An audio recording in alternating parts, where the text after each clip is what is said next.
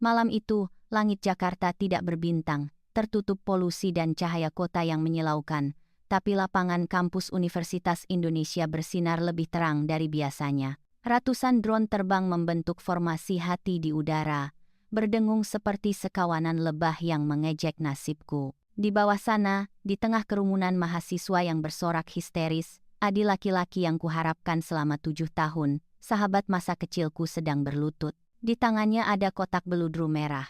Di depannya berdiri Dewi, teman sekamarku sendiri, gadis dengan senyum manis yang menyembunyikan ribuan jarum. Dewi, maukah kamu menjadi pacarku? Suara Adi menggema lewat pengeras suara. Duniaku runtuh saat itu juga.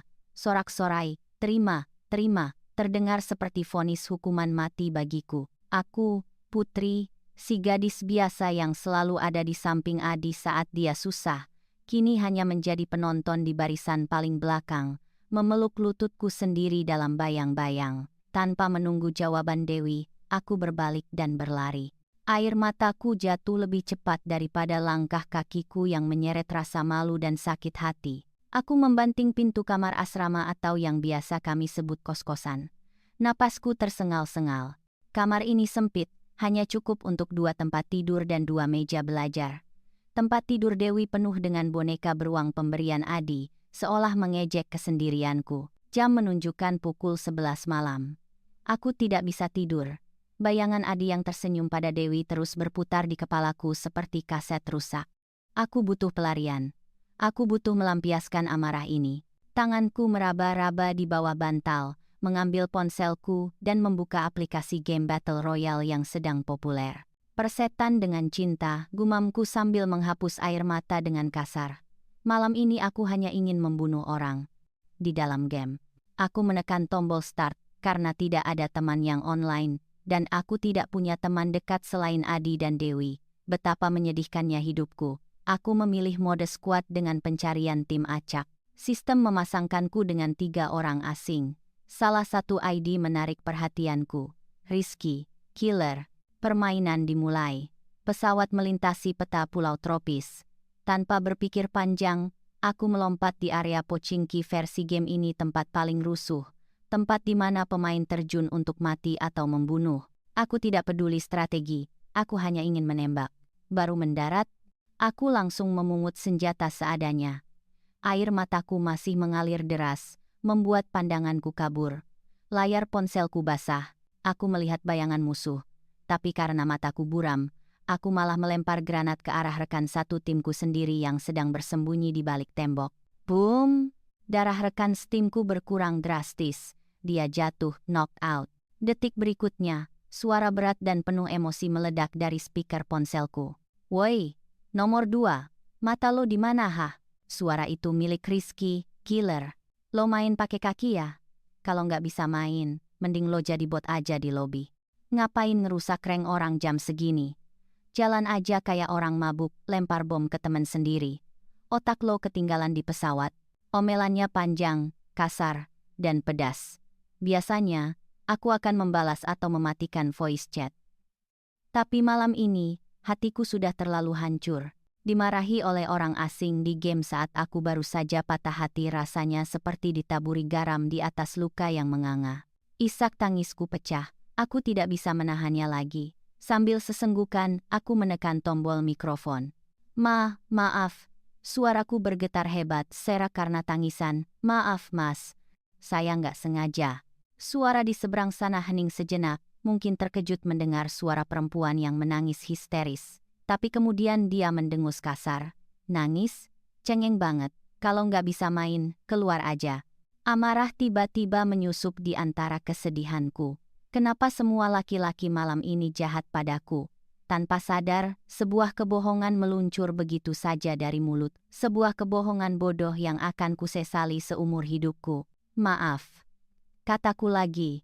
Kali ini dengan nada yang kupasang sedramatis mungkin. Seperti sinetron azab di televisi. Saya nggak bisa fokus. Tangan saya gemetar. Mungkin karena tumor di otak saya makin parah. Dokter bilang ini mungkin malam terakhir saya bisa main game. Saya cuma pengen ngerasain main sekali lagi sebelum sebelum saya dioperasi besok pagi. Hening. Benar-benar hening. Tidak ada suara tembakan, tidak ada suara langkah kaki di dalam game. Bahkan dua rekan tim lainnya yang tadi diam saja, tiba-tiba menyalakan mikrofon. Ya ampun Kak, yang sabar ya, kata nomor 3. Semangat Kak, jangan sedih, kata nomor 4. Rizky, killer? Dia diam 1000 bahasa. Aku mulai merasa bersalah, tapi nasi sudah menjadi bubur. Tiba-tiba, karakter Rizky di dalam game yang menggunakan setelan baju tempur mahal dan langka berlari menghampiriku. Dia menjatuhkan first aid kit, minuman energi, senjata sniper AWM, dan rompi level 3 tepat di depan kakiku. Ambil, suaranya terdengar berbeda, tidak ada lagi nada membentak, suaranya menjadi rendah, canggung, tapi lembut. Ambil semua, ulangnya ketika aku diam saja. Lo diam aja di belakang gue. Jangan maju-maju. Biar gue yang ratain satu peta buat lo. Dan dia benar-benar melakukannya. Selama 20 menit berikutnya, aku menyaksikan pertunjukan pembantaian. Rizky bermain seperti orang kesurupan. Dia melindungiku dengan nyawanya. Jika ada musuh yang menembak ke arahku, dia langsung membalas dengan brutal. Dia bahkan menyopiri mobil jeep untuk membawaku masuk ke zona aman, membiarkan aku duduk manis di kursi penumpang sementara dia menembaki musuh yang lewat. Di akhir permainan, hanya tersisa satu musuh. Rizky melumpuhkannya, lalu dia berteriak padaku. Nomor 2, sini, tembak dia, biar lo yang dapat kill terakhir. Dengan tangan gemetar kali ini bukan karena sedih, tapi karena gugup, aku mengarahkan senjataku dan menembak. Winner winner chicken dinner. Tulisan kemenangan muncul di layar. Aku tersenyum tipis. Untuk sesaat rasa sakit karena Adi terlupakan. Makasih, bisikku pelan. Gumam Rizky. Besok, operasi jam berapa? Aku panik. Pagi banget. Udah ya, saya harus istirahat. Makasih Mas Rizky. Aku langsung keluar dari game, mematikan ponsel, dan melemparnya ke kasur. Jantungku berdebar kencang. Gila kamu Putri, tumor otak? Yang benar saja. Tapi setidaknya, malam itu aku bisa tidur dengan sedikit senyum, meski sisa air mata masih mengering di pipi. Aku tidak tahu bahwa kebohongan kecil itu akan menjadi awal dari bencana besar di hidupku. Kisah ini diterjemahkan oleh kanal Kisah Cinta, Misteri. Mohon like dan subscribe kanal ini untuk mendukung kami. Terima kasih. Keesokan paginya, aku terbangun dengan mata bengkak seperti kodok. Sinar matahari Jakarta yang terik menembus celah gorden, membuat kepalaku pening. Dewi belum pulang, baguslah. Aku belum siap melihat wajah sahabat yang baru saja resmi menjadi pacar gebetanku. Tiba-tiba, pintu kamar didobrak dari luar. Sari, teman kelasku yang hobi gosip melebihi akun lambe turah, masuk dengan napas ngos-ngosan. Putri, bangun woi. Apaan sih Sar? Masih pagi nih. Aku menarik selimut menutupi kepala. Lo harus lihat grup angkatan, lihat forum kampus. Gila gempar banget. Sari menarik selimutku paksa dan menyodorkan ponselnya tepat ke depan mukaku. Dengan mata menyipit, aku membaca judul thread paling atas di forum mahasiswa Universitas Indonesia yang sudah mendapat ribuan likes dan komentar. Dicari, mahasiswi pemilik id-game Putri, Little. Pemilik suara serak yang mengaku mengidap tumor otak tadi malam. Jantungku berhenti berdetak. Aku membaca isinya. Gua Rizky dari Fakultas Teknik Mesin. Semalam gua main sama cewek ini. Dia bilang dia mau operasi tumor otak pagi ini. Gua merasa bersalah karena sempat marahin dia di awal game. Kalau ada yang kenal dia, tolong hubungi gue. Gue mau bantu biaya pengobatan atau apapun yang dia butuhin. Gue serius. Ini bukan prank. Di bawah postingan itu, ada foto tangkapan layar profil gameku. Dan yang lebih parah, yang memposting itu adalah Rizky Adhitama. Aku melotot. Rizky Adhitama, si Rizky, Pangeran S dari Fakultas Teknik, cowok paling populer, paling kaya, tapi juga paling menyeramkan di kampus ini. Dia terkenal karena dua hal, ketampanannya yang di atas rata-rata, dan tatapan matanya yang bisa membekukan air mendidih. Dia jarang bicara, tidak pernah tersenyum, dan gosipnya pernah mengirim senior ke rumah sakit saat dia masih mahasiswa baru. Mampus gue, bisikku. Lo kenal dia, Put? Tanya Sari curiga. ID game ini mirip nama lo. Hah, enggak, bukan gue. Lo tau kan nama putri di Indo ada jutaan. Lagian gue sehat walafiat ya kali gue tumor otak, bantahku panik. Keringat dingin mulai bercucuran. Kalau Rizky tahu akulah orang yang menipunya semalam, dia pasti akan mencincangku. Bukan hanya karena aku berbohong, tapi karena aku membuat pangeran es yang terkenal dingin itu menjadi bahan pembicaraan satu kampus karena sikap pedulinya yang tiba-tiba. Ponselku bergetar. Notifikasi pesan masuk. Dari Adi. Adi, Put, kamu di mana? Aku mau ngomong soal semalam. Jangan marah ya. Aku mematikan ponsel. Aku tidak punya energi untuk menghadapi Adi, dan sekarang aku punya masalah yang lebih besar. Rizky Aditama sedang memburu gadis tumornya. Aku memutuskan untuk menyamar. Topi hitam, masker menutupi setengah wajah, dan kacamata hitam besar. Aku harus ke kampus untuk mengumpulkan tugas. Setelah itu aku akan bersembunyi di kamar sampai isu ini reda. Berjalan di koridor kampus rasanya seperti berjalan di medan perang. Semua orang membicarakan postingan Rizky. Gila ya, Kak Rizky ternyata hatinya lembut banget. Siapa sih cewek beruntung itu? Maksudnya cewek malang itu. Katanya Kak Rizky sampai mau jual motor sportnya buat donasi. Aku semakin merasa berdosa. Ya Tuhan, ampuni hamba. Aku berjalan menunduk, mempercepat langkah menuju gedung Fakultas Seni. Tapi, hukum alam berkata lain. Semakin kamu ingin menghindar, semakin semesta mendekatkanmu pada bahaya. Pruk. Di tikungan koridor yang sepi, aku menabrak dada bidang seseorang. Keras sekali, seperti menabrak tembok beton. Buku-buku tugasku berhamburan ke lantai. Aduh, kalau jalan pakai mata dong. Seruku refleks, lupa kalau aku sedang menyamar. Kalau jalan itu pakai kaki, lihat pakai mata. Suara itu, suara bariton yang berat dan dingin. Aku membeku. Perlahan, aku mendongak. Di depanku berdiri Rizky Aditama. Dia mengenakan jaket denim hitam. Rambutnya sedikit berantakan tapi justru membuatnya terlihat makin tampan. Dia menatapku tajam. Tatapan yang sama seperti yang dia berikan pada dosen killer minggu lalu. Dia tidak membantuku memungut buku. Dia hanya berdiri, menatapku dari balik maskerku. Matanya menyipit, seolah sedang memindai jiwaku. Maaf, cicitku. Mengubah suaraku menjadi lebih kecil. Aku buru-buru memungut buku dan hendak kabur. Tapi sebuah tangan besar mencengkeram pergelangan tanganku. Tunggu, katanya. Aku menelan ludah. Apalagi Kak, saya buru-buru. Dosen nunggu. Rizky tidak melepaskan tanganku.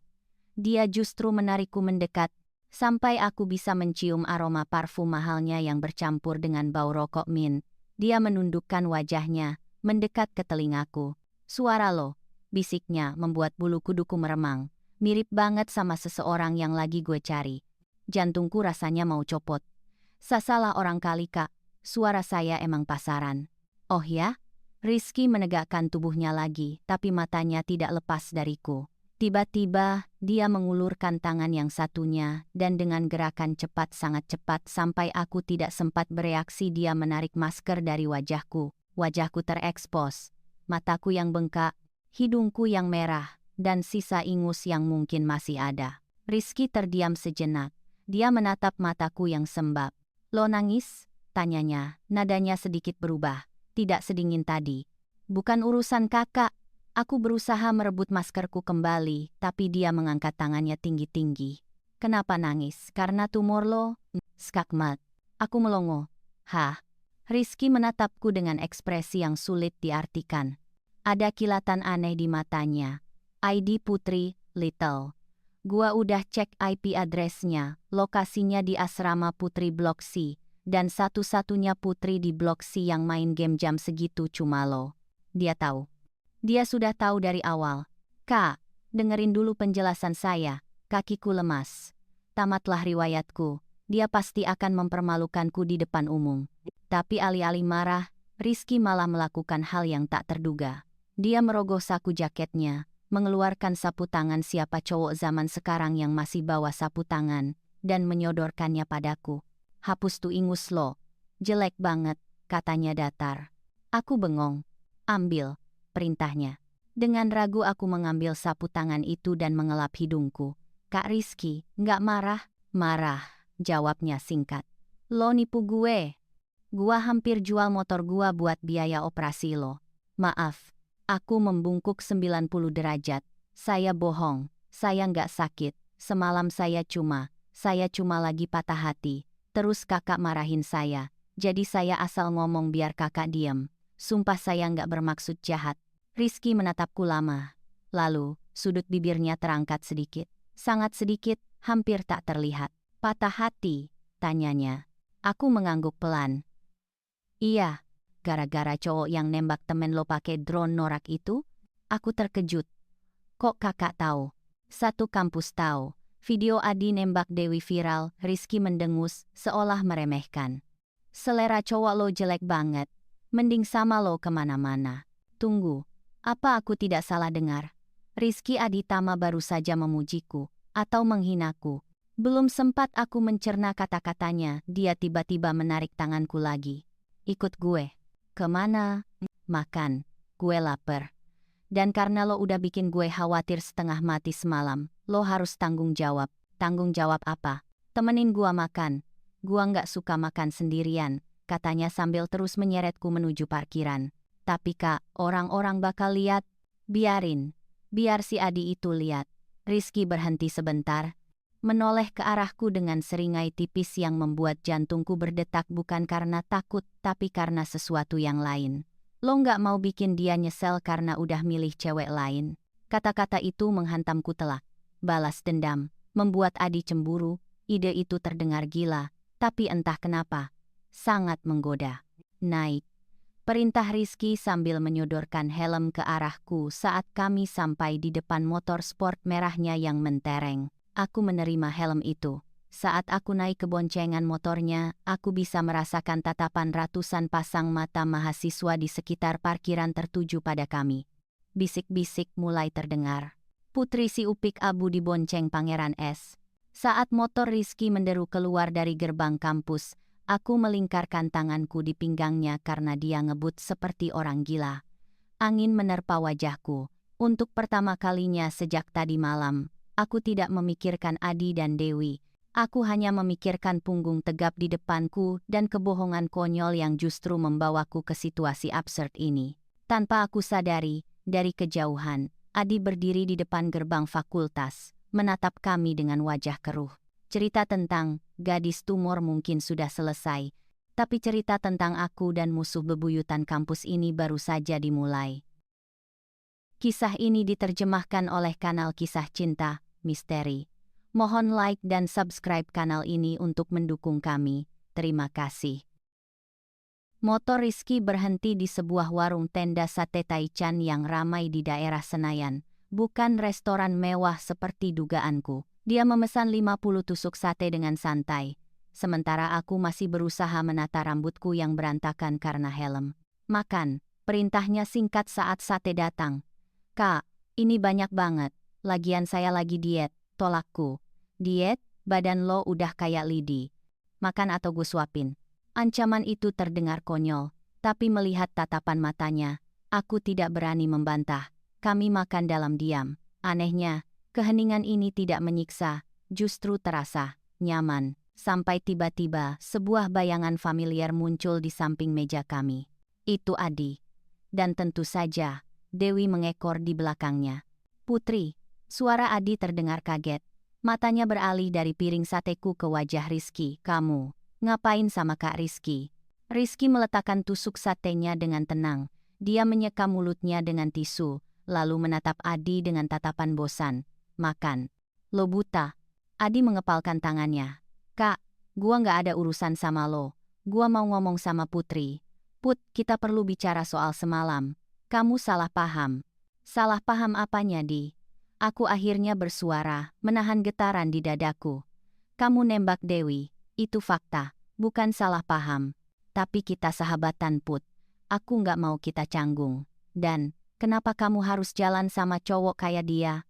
Adi menunjuk Rizky dengan tidak sopan. Kamu tahu kan reputasi dia di kampus. Dia itu preman, Put. Dia pernah ngirim orang ke UGD. Brak.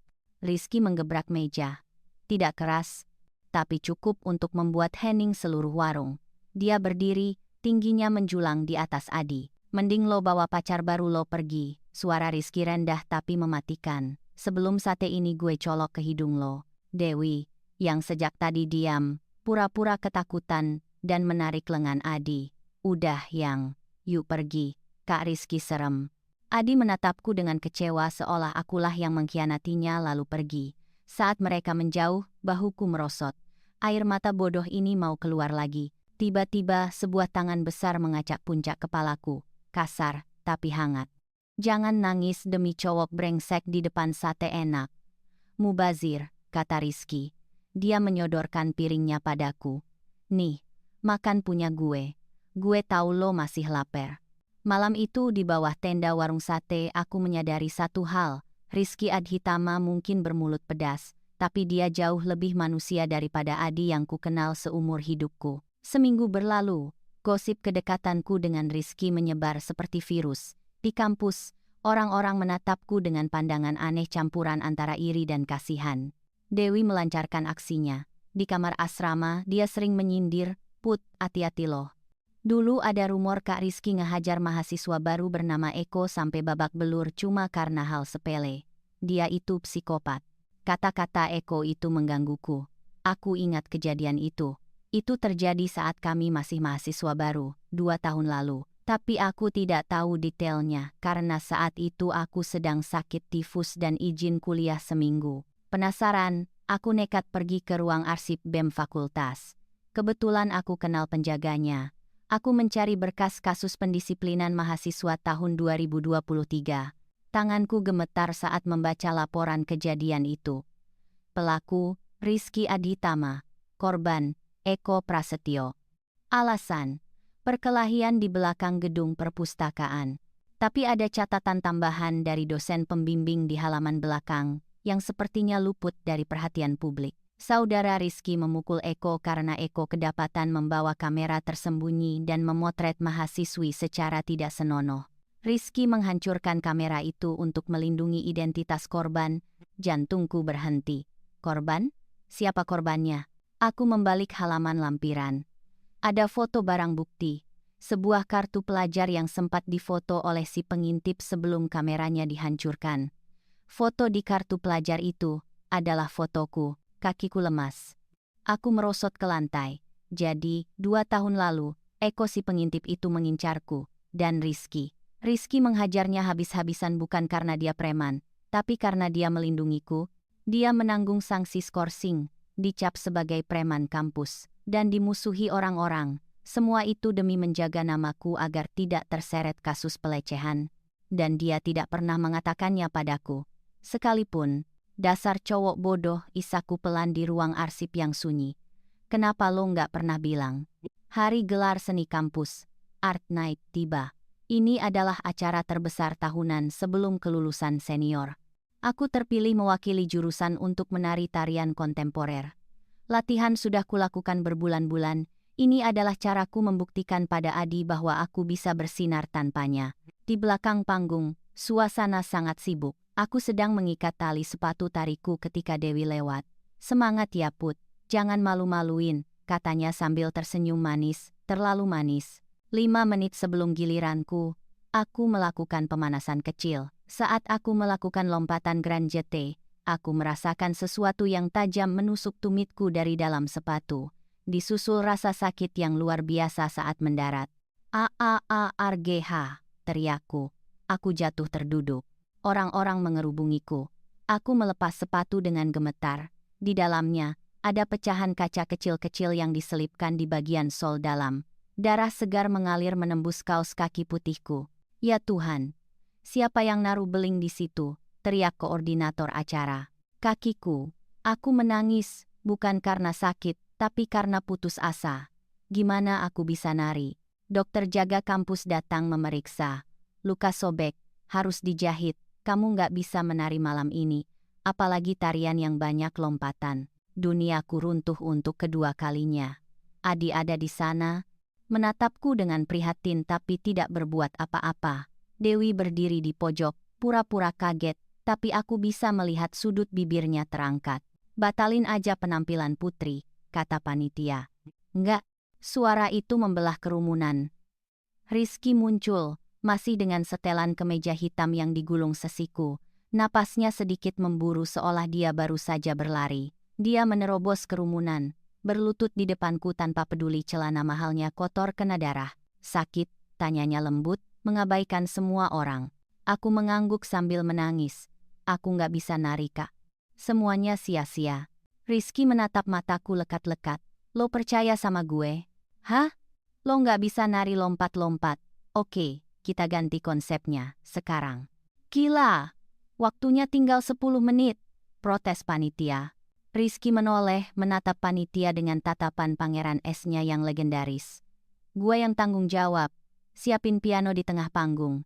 Sekarang, lalu dia beralih lagi padaku.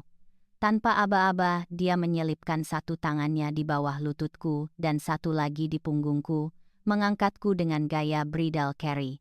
Pegangan, bisiknya. Kita bikin mantan lo nyesel seumur hidup. Kisah ini diterjemahkan oleh kanal Kisah Cinta Misteri. Mohon like dan subscribe kanal ini untuk mendukung kami. Terima kasih. Panggung itu gelap gulita. Hanya ada satu spotlight yang menyinari sebuah grand piano hitam di tengah. Penonton riuh. Bingung karena perubahan jadwal mendadak. Rizky duduk di bangku piano. Dia terlihat sangat berbeda. Bukan Rizky si preman, bukan Rizky si gamer toksik. Dia terlihat seperti pangeran kegelapan yang kesepian. Aku duduk di sebuah kursi tinggi di samping piano, mengenakan gaun putih panjang yang menutupi perban di kakiku. Mikrofon berdiri di depanku. Rizky mulai menekan tuts piano. Bukan lagu rock atau metal, melainkan sebuah intro lembut dari lagu Virgon, Bukti, tapi di aransemen ulang menjadi lebih melankolis. Jari-jarinya menari di atas tuts dengan sangat lihai. Siapa sangka tangan yang pernah menghajar orang itu bisa menciptakan nada seindah ini. Dia menoleh padaku, mengangguk kecil sebagai kode. Aku mulai bernyanyi. Suaraku awalnya bergetar, tapi melihat Rizky yang begitu tenang, aku merasa kuat. Kamu adalah bukti. Dari cantiknya paras dan hati. Lirik itu seharusnya untuk orang yang dicintai. Dulu aku selalu membayangkan menyanyikan ini untuk Adi. Tapi malam ini, saat aku bernyanyi, mataku tidak bisa lepas dari Rizky. Setiap kali mataku bertemu matanya, dia tersenyum. Senyum tulus yang selama ini dia sembunyikan dari dunia. Chemistry di antara kami begitu kuat sampai-sampai rasanya udara di panggung menjadi padat. Penonton hening, terhanyut. Tidak ada tarian energik, hanya aku, Rizky, dan melodi yang mengikat hati kami. Saat lagu berakhir, Rizky menekan nada terakhir dengan lembut.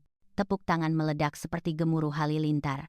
Beberapa penonton bahkan berdiri standing ovation. Aku melihat ke arah penonton barisan depan. Adi duduk di sana, mulutnya terbuka, matanya terpaku padaku. Di sebelahnya Dewi terlihat pucat pasi, menyadari bahwa rencananya untuk mempermalukanku justru membuatku bersinar lebih terang. Setelah acara selesai aku menunggu di belakang panggung sementara Rizky mengurus sesuatu. Tiba-tiba, Adi menarik tanganku ke lorong sepi. Putri, tadi itu bagus banget, katanya antusias. Aku nggak tahu kamu bisa nyanyi sebagus itu. Makasih, jawabku dingin. Aku melepaskan tangannya. Put, aku sadar aku salah. Adi menatapku dengan mata memelas jurus andalannya dulu. Sama Dewi rasanya beda. Dia nggak ngerti aku kayak kamu. Kita bisa balik kayak dulu lagi nggak? Aku menatap laki-laki yang kucintai selama 7 tahun ini. Anehnya, tidak ada lagi rasa berdebar, hanya rasa kasihan. Adi, kataku pelan, kamu nggak cinta sama aku. Kamu cuma kaget karena mainan lamamu diambil orang lain. Dan soal Dewi, dia yang naruh pecahan kaca di sepatuku.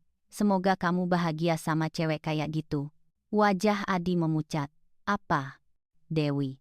Permisi. Sebuah tangan kekar merangkul bahuku dari belakang, menarikku menjauh dari Adi. Rizky sudah kembali. Kali ini dia membawa sepasang sandal jepit karet sangat kontras dengan jas mahalnya, dan sebuket bunga mawar putih. Urusan lo sama dia udah kelar, tanya Rizky pada Adi, nadanya datar tapi intimidatif. Cewek gue capek, kakinya sakit, minggir. Cewek gue, jantungku berdiskoria. Rizky tidak menunggu jawaban Adi. Dia menuntunku keluar dari gedung, mendudukkanku di bangku taman kampus yang sepi di bawah pohon beringin. Dia berlutut, dengan hati-hati melepaskan sepatu hak tinggiku yang lain dan memakaikan sandal jepit di kakiku yang diperban. Masih sakit? Tanyanya tanpa melihat wajahku. Sedikit, jawabku. Kak. Soal Eko. Tangan Rizky berhenti bergerak. Dia mendongak. Aku udah tahu semuanya. Lanjutku, air mata mulai menggenang lagi. Kenapa kakak nggak pernah bilang kalau kakak yang nyelamatin aku 2 tahun lalu?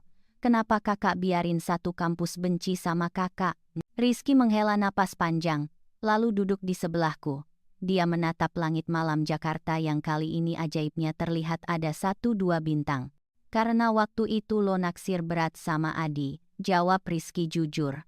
Kalau lo tahu gue berantem demi lo bakal merasa berhutang budi. Gua nggak mau lo deket sama gua cuma karena rasa bersalah atau terima kasih. Gua mau lo lihat gua apa adanya. Terus kenapa sekarang kakak muncul? Rizky menoleh, menatapku intens. Dia meraih tanganku, menggenggamnya erat. Karena gue nggak tahan lihat lo nangis di game. Gue bisa nahan diri buat nggak nyapa lo di kampus selama 2 tahun. Cuma mandangin lo dari jauh. Tapi pas denger lo nangis di voice chat malam itu, pertahanan gue runtuh put. Dia tertawa kecil. Dan soal tumor otak itu. Gue tahu lo bohong dari detik pertama. Tapi gue pura-pura bego biar gue punya alasan buat masuk ke hidup lo. Aku memukul lengannya pelan. Ih, dasar licik. Biarin, yang penting dapet. Rizky tersenyum. Kali ini senyum lebar yang memperlihatkan lesung pipinya. Sangat tampan. Jadi, putri yang ngakunya sakit keras, mau nggak jadi pacarnya Rizky si preman kampus? Aku tertawa di sela air mata. Gimana ya? Asal kakak janji nggak bakal marah-marah lagi kalau aku salah lempar granat. Nggak janji. Kalau lo noob ya tetep gue omelin. Tapi abis itu gue gendong sampai zona aman. Oke, deal. Rizky mendekatkan wajahnya. Jantungku berdegup kencang. Aku memejamkan mata, mengira dia akan menciumku. Tapi ternyata, dia hanya menempelkan dahinya ke dahiku. Besok login jam 7 malam. Kita push rank. Duo. Nggak boleh ada orang ketiga. Aku membuka mata dan tersenyum lebar. Siap, Kapten. Malam itu, di bawah langit Jakarta, aku kehilangan sahabat masa kecilku. Tapi aku menemukan teman mabar seumur hidupku. Dan ternyata, jatuh cinta pada musuh bebuyutan rasanya jauh lebih mendebarkan daripada chicken dinner. Video kali ini telah selesai. Tekan like jika menurut Anda ini bermanfaat dan subscribe untuk melihat lebih banyak video baru. Sampai jumpa!